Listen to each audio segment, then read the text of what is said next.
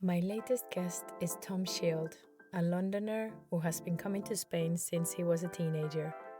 He launched a Mini Moke business, the Jolly Mile, 6 years ago in Sotogrande, and now these beautiful fun cars that were actually created by the designer of Mini are also available in their new Marbella showroom. But what brought Tom here and what jobs has he done over the years in Spain, you'll find out in my upcoming conversation with him. Enjoy! And she was actually the first foreigner to buy in the village. So I used to come over for the holidays and the fiestas and love the fiestas, you know. And just love the love the Spanish lifestyle. You know, because there's a lot more to Sotogrande than just golf and polo, and also Marbella. There's a lot more to Marbella than just beach clubs and restaurants, which everyone thinks. The Beatles had one. It got used in the James Bond film Live and Let Die with Roger Moore. So it became like really cool in the 60s in the warmer climates. So like, and resorts as well. So Saint-Tropez, Miami, the Caribbean, St. Barts. You know, we do these routes to the Pueblos Blancos, the white villages, to Castilla de la Frontera, to Casares. And now in Marbella, we need to develop some new ones for this area, which is quite exciting. So I have a question that I'm sure everyone wants to know. So how much is one of those cars if I want to buy one? Hello everyone, how are you? I'm here with Tom Hello. in the Jolly Mile of Marbella that just opened. Yeah. It's beautiful. We have some stunning cars behind us. And we're here to chat a little bit about the cars, but also about you. How did you get here? We want to know. It's quite a strange journey, actually, really. I mean, you can start from the beginning. Just introduce yourself. well, my name's Tom. I was born in London, in Greenwich in London, brought up there. When I was 14, I moved to the West Country a little, so I was always a city boy, and then I moved to the West Country, which was quite a shock for me, being a teenager from London, living in it was an old ruin of a farm, and they did it up, my parents, and having cows next to my bedroom window, which was quite strange. So you went from being a city boy to a country boy, yeah, which I hated at the beginning. Why did they make such a move? They were bored of the city life. No, my dad met my stepmom, who was from Wiltshire in West Country, so that was why. They live in Bath now. It's a beautiful part of the country, actually. But then I grew to really like it, the countryside. It's a very nice area. I studied music and music technology at Keele, so I used to compose music. I studied it and both classical and electronic music as well, and always wanted to get into music production. But it's very difficult. So after university, I moved back down to London, but never really managed to get into music production. It's quite difficult unless you've got a contact there, unless you know someone, even in London, it's difficult. But I sort of got into the nearest thing, which I could find at the time, which was sound recording for television. So I love sport as well. So this was TWI, Trans World International, which does production of sports TV worldwide. So that was kind of a really fun job after uni. So going to all these sports events with the mic boom and recording and doing a bit of camera work as well. And then that was for a couple of years, and then I moved into acoustics. So my mum is actually professor of acoustics in the UK for London South Bank University. So I've got that in my family. And I became an acoustic consultant in London. And actually, I loved that job. I would have been happy to continue with that career. But then in 2009, I moved to Spain, to Granada. And why did you make such a jump? So my mum has had a house in a tiny village in in Spain. It's an area called Valle de Lecrín, which is just between Granada and Motril. So Granada and the coast. It's a really beautiful area, kind of near Alpujarras. I don't know if you know that. No. The sort of mountains near Sierra Nevada. Okay. So she's had the house for 25 years. Wow. So I used to come over. So I'm 41 now. So I started coming over when I was like 15. Okay. And always loved it. So in the holidays, so Semana Santa, Easter, and the summer, they had the fiestas in the village. And it's a tiny village, it's like 200 people But why living there. did you choose that little? Like it's so Yeah, unknown I and know it's really very random. Yeah. So actually, there's some other villages in Valle de Lecrín, like Chite, where there's loads of English actually. So my mum had a friend who had a house in the village nearby, and then she was just exploring one day, and she came across Conchar and loved it because my mum likes the very Spanish way of life. She loves the Spanish culture, and she was actually the first foreigner to buy in the village. So I used to come over for the holidays and the fiestas and love the fiestas, you know, and just love the Spanish, love the Spanish lifestyle. And then I had an ex-girlfriend who was from Granada. We were living in London at the time, and she had to come back to finish off her studies. So I was like, this is probably the best opportunity. I always wanted to spend longer in Spain than just 2 weeks or a holiday, you know? And I thought that was probably the best opportunity I'm ever going to get. So that was 2009, November. And it was, you know, during the economic crisis. So I came over to Granada, and I was looking for acoustic consultancy work, but there was nothing it does exist in Spain, but there's very little. And at that time, there was no development or anything like that. Did you speak Spanish? Not really. Like so that's even cerveza, fiesta. But Granada is quite like Spanish, so to find a job when you're a foreigner also. Yeah, so I mean, what I started teaching English. That was what I started for the first 6 months.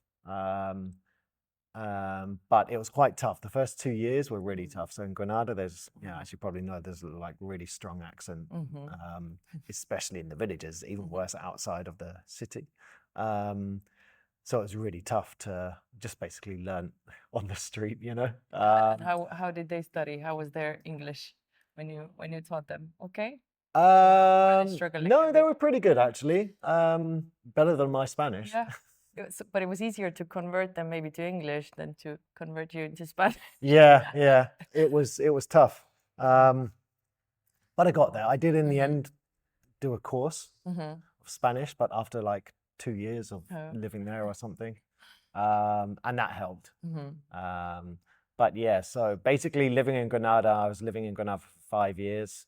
After teaching English, which was just at the beginning for 6 months, I found a job working for an English multinational, a large English company in Granada. But pretty horrible and not my ideal work really. It was finance, but basically starting from the bottom of a career and working my way up. Then I started studying accountancy. I did a CIMA, which is Chartered Institute of Management Accountants. That's when I moved down here from Granada to work in Gibraltar. Okay. But never really liked it. Like never. I mean. But you never thought of going back when you were like. No way. No, you were like no. Never. Why is that? I just love it. Why? No, me too. I mean, there's always various. Why would you go back? Actually, when my last relationship ended, my family were like, "Oh, you should come back to England." I was like, no. Get an English girlfriend, settle in the country. Yeah. Country. No way. No. No, I'd rather stay in that small pueblo. So there was no chance of that. And so then you were in Gibraltar. I was in Gibraltar, but not very happy. Not very. Yeah, like earning good money, living in Spain, but working in Gibraltar. But you get a bit tired of the commute across. You can have a really good career and earn quite good money, but I was kind of like, the first opportunity I'm going to get to move back to Spain, I'll probably take. So then actually I did get a job before setting up the Johnny Marr. I did get another job in finance as a financial controller in Spain for this like startup nightclub in Estepona, which was a disaster, a disaster of a project. I won't mention the name of the nightclub. But it was an experience. But but that actually, to be honest, it was quite important because it helped me. Because I'd only been in the corporate world up until then, right? So this kind of helped me see how you do a startup in Spain, right? So it's quite important in getting contacts and stuff. So actually the gestor fiscal that I use now, I met, he was from the last company. And so, it was quite important.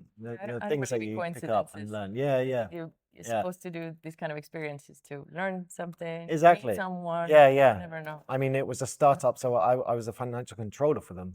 So I was working as if it was mine, it was, so you only in a year, but I learned quite a lot. Anyway, and then, so I've been living in Sotogrande now I've been living there for 10 years. So kind of at that time, it had been 4 or 5 years. And so kind of knew it fairly well.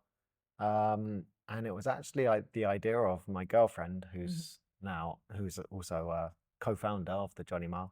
And Sotogrande is like this kind of closed, it's not an island, but it's like closed off resort, which kind of has an island feel. And so she just thought that it just fits that location, having a cool, fun, classic car that anyone can drive to move around the resort in. And so we launched the Johnny Marr 6 years ago. And, it was quite tough at the beginning. Great concept. Like the concept works amazingly well there. The problem with Sotogrande is that it's very seasonal. So not much going on in the winter. Yeah, it is changing now. It's becoming more popular and more year round. But 6 years ago, it was basically July and August. So it was quite tough to try and make a business profitable just with 2 months of business a year. So we thought, okay, what can we do to try and help with it to reduce the seasonality? And that's when we started the experiences.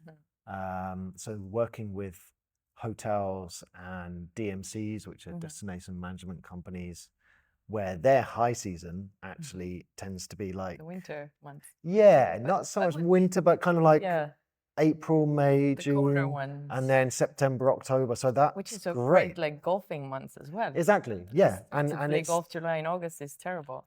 Exactly, and it's the nice time to do these tours and experiences because it's not too hot. Usually nice weather down here. And in terms of the business model, that worked great as well, because then we're getting more months of the year. Although we did get hit by the pandemic, which was pretty tough. Another challenge. So really, because I mean, the first 2 years with that business in Sotogrande was tough to get going anyway, and then the pandemic. So really, it feels like actually last year was kind of our first year, kind of taking off a little bit, But what has kept you like going? Have you not thought about like, oh, maybe we should just do something else? This is too difficult. It did cross my mind sometimes, like during COVID. Did your partner push you to let's just stick with it, or what do you think is? I mean, going? I think the belief in the concept. Really do believe like the Johnny Marr and what we stand for, and the fact that we always were in it for the long haul, because we really believe in it. I think that's really what's just kept us going, like the faith and belief. Exactly, I do like what I do as well. It's nice not having an office job, just being. We can just, I kind of do everything. So I do spend a lot of time sat at my desk with a computer, but also it's nice to be able to go out on a nice day like this and and I love Spain as well. So I love the experiences side as well, to show people. You know, we do these routes to the white Pueblos Blancos, the white villages, to Castilla de la Frontera, to Casares, and now in Marbella, we need to develop some new ones for this area, which is quite exciting. So I do like it, the variety, and I like showing people. Well, one, it's fun to drive these cars. Two, I like showing Spain, or the area, this amazing area that we live in. Show it to as many people as possible. You know, because there's a lot more to Sotogrande than just golf and polo, and also Marbella. There's a lot more to Marbella than just beach clubs and restaurants, which everyone thinks when they come to Marbella. Tell us more about Sotogrande, because I know Marbella, I live here, but what is there more to Sotogrande? Like, if you think like, oh, it's just maybe a bit boring, like you said, polo and that. What attracts you? Like, if you're a young person and honestly, living in yeah. Sotogrande? I mean, I can completely understand why people might think it's boring, but you know, Juliana and I, we're 41. When I first started living in Sotogrande, there was no one our age. It was, or very few people. It was either pensioners it or made you feel students. really young. So that's why. or old. Oh. So, but the pandemic changed it a lot. We had new friends from who were professionals, young professionals working in London, our age, who left their job and moved down to Sotogrande during the pandemic, because people wanted to get away from the cities, and a lot of Madrileños as well. A lot of people from Madrid and Barcelona moved down there. It really changed things a lot. So you have like a younger community now. Yeah, well, yeah, younger and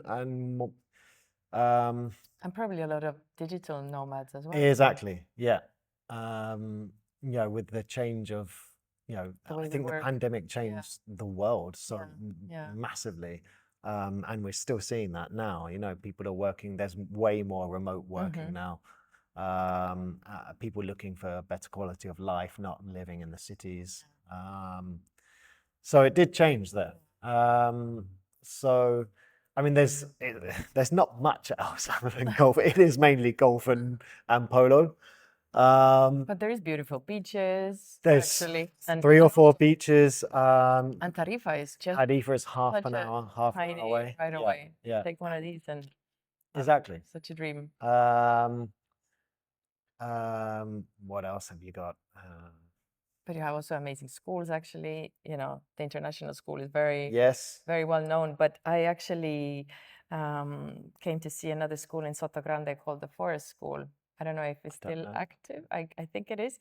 But this is actually like a concept of the kids learning outside, which is amazing. Oh, right. And once they get a bit older, then they go inside to learn a little bit in the classes. But actually, they're mainly outside.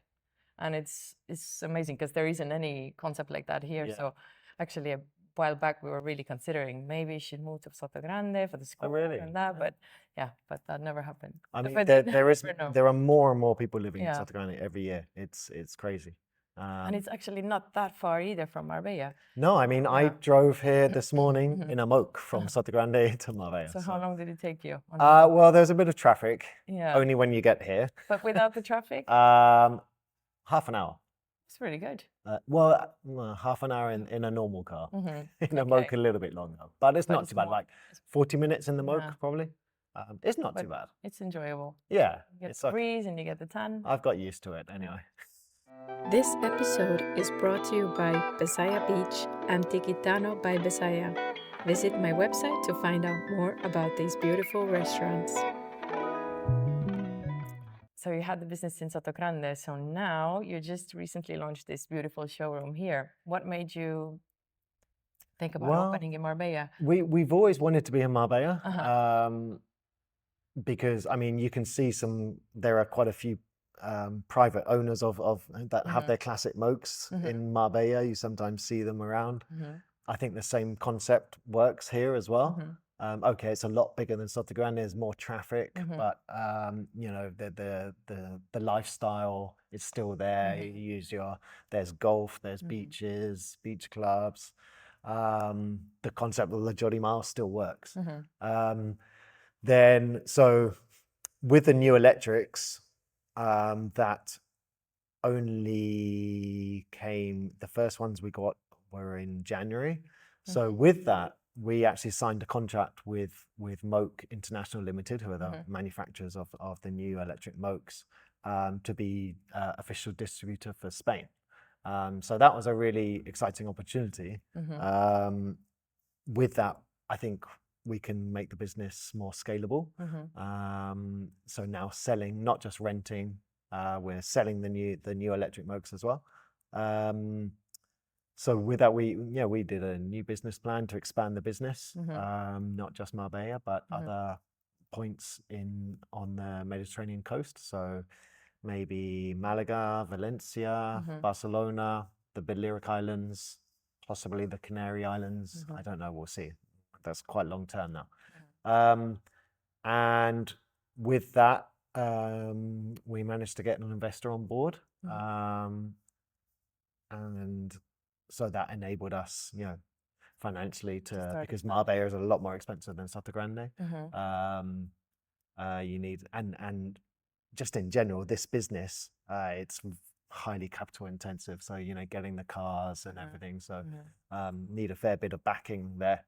And we've got that, which is great. So as soon as we had that, we were coming to Marbella. Yeah. So I have a question that I'm sure everyone wants to know. So how much is one of those cars if I want to buy one?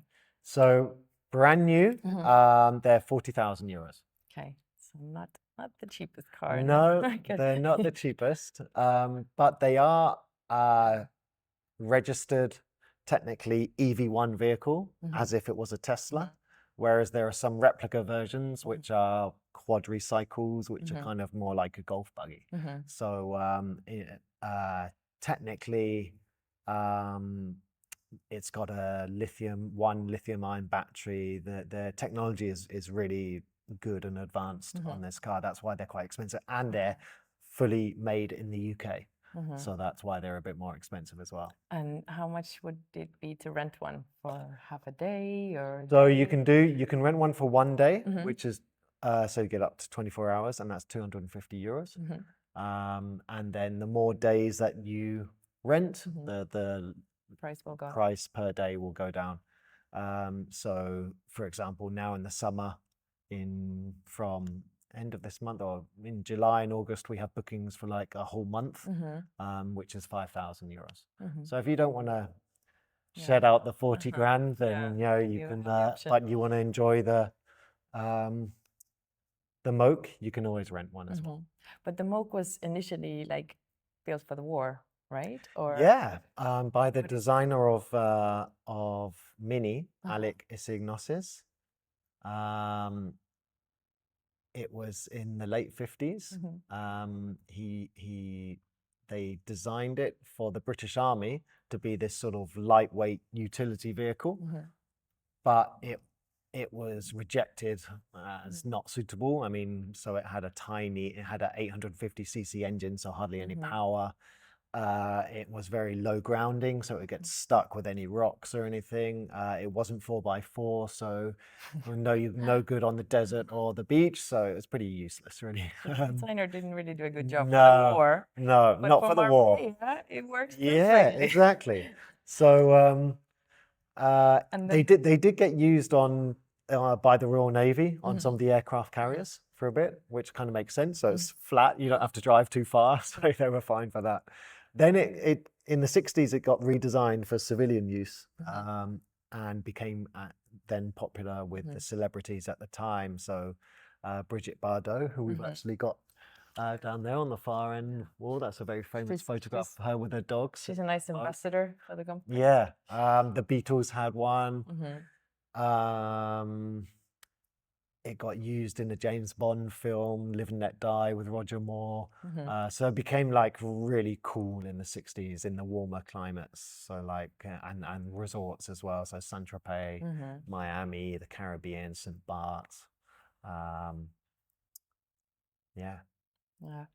But since you have the business now in Marbella, have you ever thought about moving to Marbella, or your love is still Sotogrande?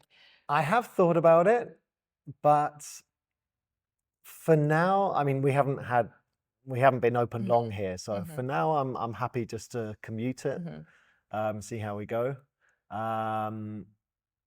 or maybe even kind of in between Sotogrande and Marbella, kind of Estepona could be a good option because midway point. because we've still got the place in Sotogrande, so kind of like to manage them both. It's something to think about for the future, but right now we're But it's not out of the question. It's not definitely not out of the question. But how do you see Marbella being different from Sotogrande? Obviously, it's bigger and that, but what kind of distinction would you make to someone like who's never been to Marbella or Sotogrande? Like, how would you compare these two? Marbella a lot wilder. Yeah. Not in a nature sense. There's a lot more going on in Marbella. I'd also say there's a lot more. It's a different clientele as well, like in terms of the tourists that come here. Obviously, I don't want to generalize or anything, but Marbella would be a lot more ostentatious, I'd say. People want to. There's money in both areas, but people want to show off a lot more in Marbella. All you need to do is go down to Puerto Banús to see that. I mean, that's where I go every day now with the Moke. So maybe I should move to Marbella. Maybe you're showing off also. Yeah, not the cheapest. Absolutely. Whereas Sotogrande is a kind of more discreet, sophisticated, I would say. Yeah. And I guess there's kind of like there's a lot of old money from Madrid there, and traditional, maybe more traditional. And I really like Sotogrande. To me, it's a little bit like Ibiza and Mallorca. No, Ibiza is a bit wilder party, and Mallorca is a bit more that also old money, classic, and the same, I guess, with Sotogrande and Marbella. But I mean, in Marbella, you will find these places too. It depends where you go and what you do, because obviously I don't go to these champagne parties and things like that. I think Marbella has so much more to offer now. Maybe in the beginning it was more like that, or obviously there has been some media coverage of those things as well. Whereas now it's really some really high-end luxury brands are coming here and hotels opening that are, really boosting Marbella. Yeah. Well, that's what's exciting for me now as well. After 6 years doing the Jolly Mile, now finally being able to open up in Marbella, because actually I don't know it that well, so we're kind of like discovering. We need to develop these experiences of the Jolly Mile in Marbella, and so need to find those cool different little secret places. So it's kind of exciting for that, because like you say, it's not all just Puerto Banús. And we do have a lot of nature going behind. I mean, we have all the mountains. Like Absolutely, There's so many secret also waterfall places and hikes and things. So I think also, maybe the tourists are not always interested in that, but I think the locals, we are looking for these kind of experiences. So and Malaga as well, as you said, I think people are maybe still disregarding Malaga a little bit, but I see a lot of potential in Malaga. Yeah. Well, one of the routes we're looking at doing actually from Marbella, which would work very well from the hotels, Marbella Club, Winter Romano, around there, is up to Istan, which is a really nice route. I mean, it's half an hour drive, so just about perfect to do in an electric Moke. Or drive to Ronda to a vineyard, which is also another good concept. But what do you do on your free time besides driving these cars? Do you have any hobbies? I don't really have much free time. No? Tennis? Play paddle. Yeah? I mean, I love paddle. Yeah. Everyone is playing paddle except me. Yeah. You have to try it. It's super fun. And socializing, I guess. I mean, beach clubs. So tell us some of your favorite places where to go in Sotogrande. I mean, the classic in Sotogrande is K-Bar. Uh-huh. You know, that's that. I haven't it's- been. Oh, the K-bar. Ah, you mean Yeah, in the the on the port. port. Yeah, Yeah, yeah, and yeah. it's Stunning. probably the only place in Sotogrande that's Yeah, always full. yeah. And always got atmosphere. That's really nice. That's a classic. That's a Mhm. must. One of our favorite places where we were on Friday actually is Canchados, which is that's in one of the Heard. polo clubs. Uh-huh. If you haven't been, you should go. It's an It's stunning. Argentinian restaurant. I've heard about it before. That's in Ayala Polo Club, Mm-hmm. which is a beautiful, stunning polo club. And then the restaurant, the meat is unbelievable. Mm-hmm. And it's really nice just to chill there. It's so chilled. It's really nice. That's definitely one of the best places there. You've got the beach in La Reserva, which is the man-made Stunning. beach club. That's quite nice. And some of your favorite places in Marbella that you know right now? You don't need to name many, just a few, and then we'll read the rest of my I think blog. you might put me on the spot. Yeah, you don't know any. Then it's fine. You have to read all of my previous guests. They always name their favorite places. So Okay. I even have a list of places I need to go because every time I find so many new places that I haven't even visited. So there's really so many places in Marbella. I'm trying to think. Or anything in Tarifa? Actually, there is one place in the center, in the old town, which is really nice. It's a very traditional Spanish little tavern. I think it's called La Taberna de la Niña del Pisto. Very Spanish food. I think it's from Cordoba or Seville. Okay. I really like that place, which is more kind of traditional. But you'll have Julian will time. kill me. You'll have time to discover Marbella's places. But so what is the plan for where do you see yourself in 5, 10 years, 20 years? What is your plan for the future? Or you don't think so far? I think I'll in terms of, I mean, I think I'll be living in this area still. You're not moving No. anywhere. No. Not going back to Granada. No, not definitely down here. Probably be traveling more because the plan is to open up more Jolly Miles along the Mediterranean coast up to Barcelona. So I think I'll be living here, but traveling more within Spain.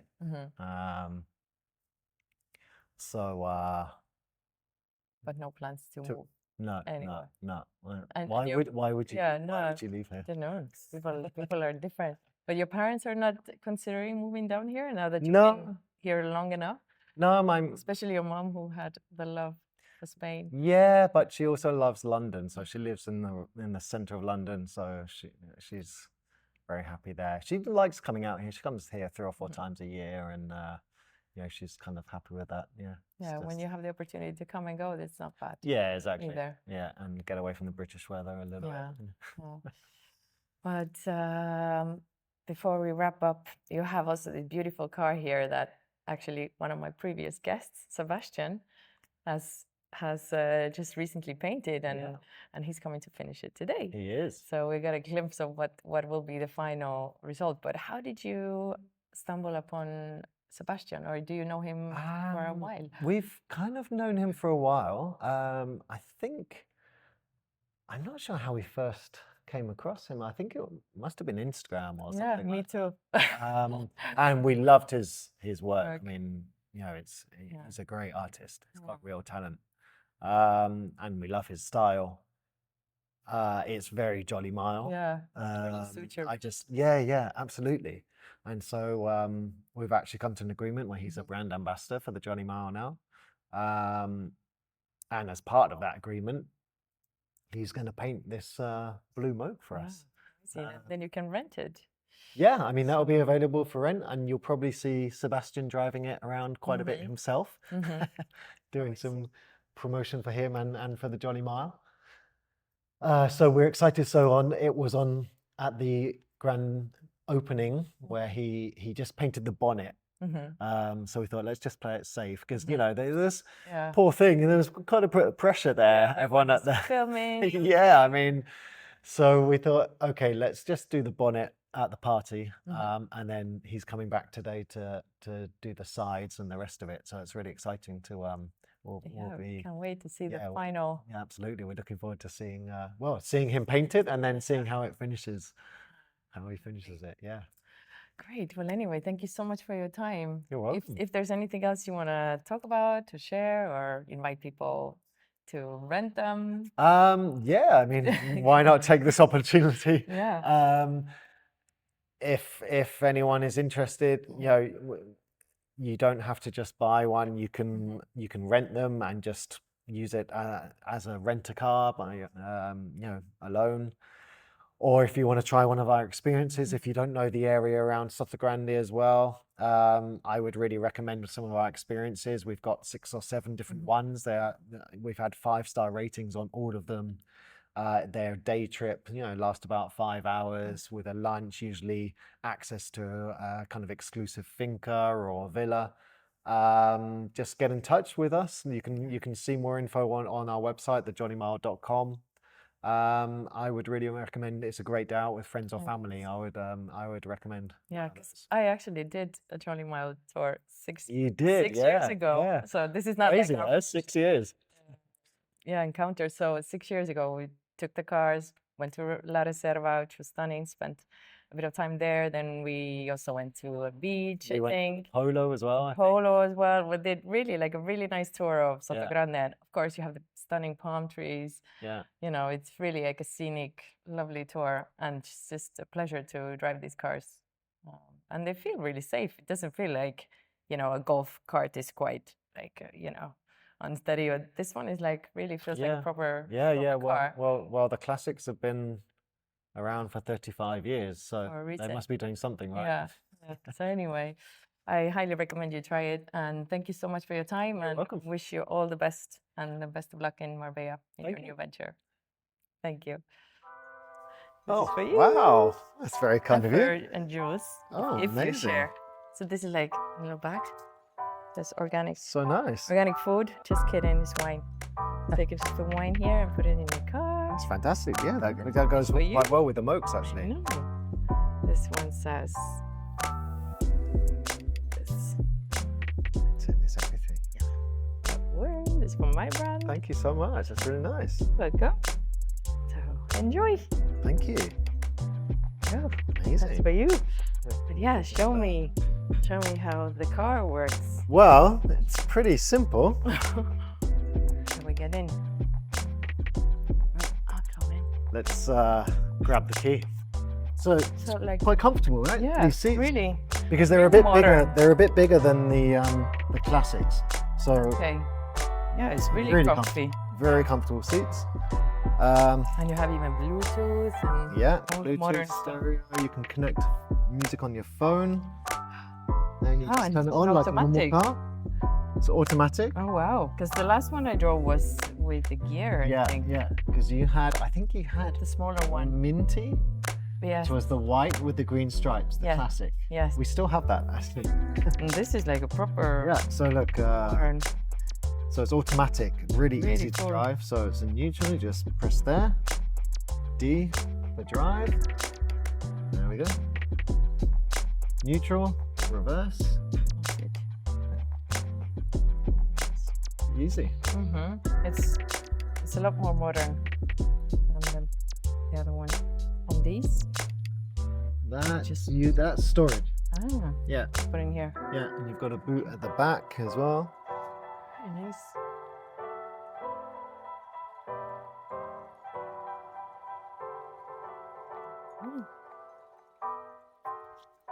So you plug this in here.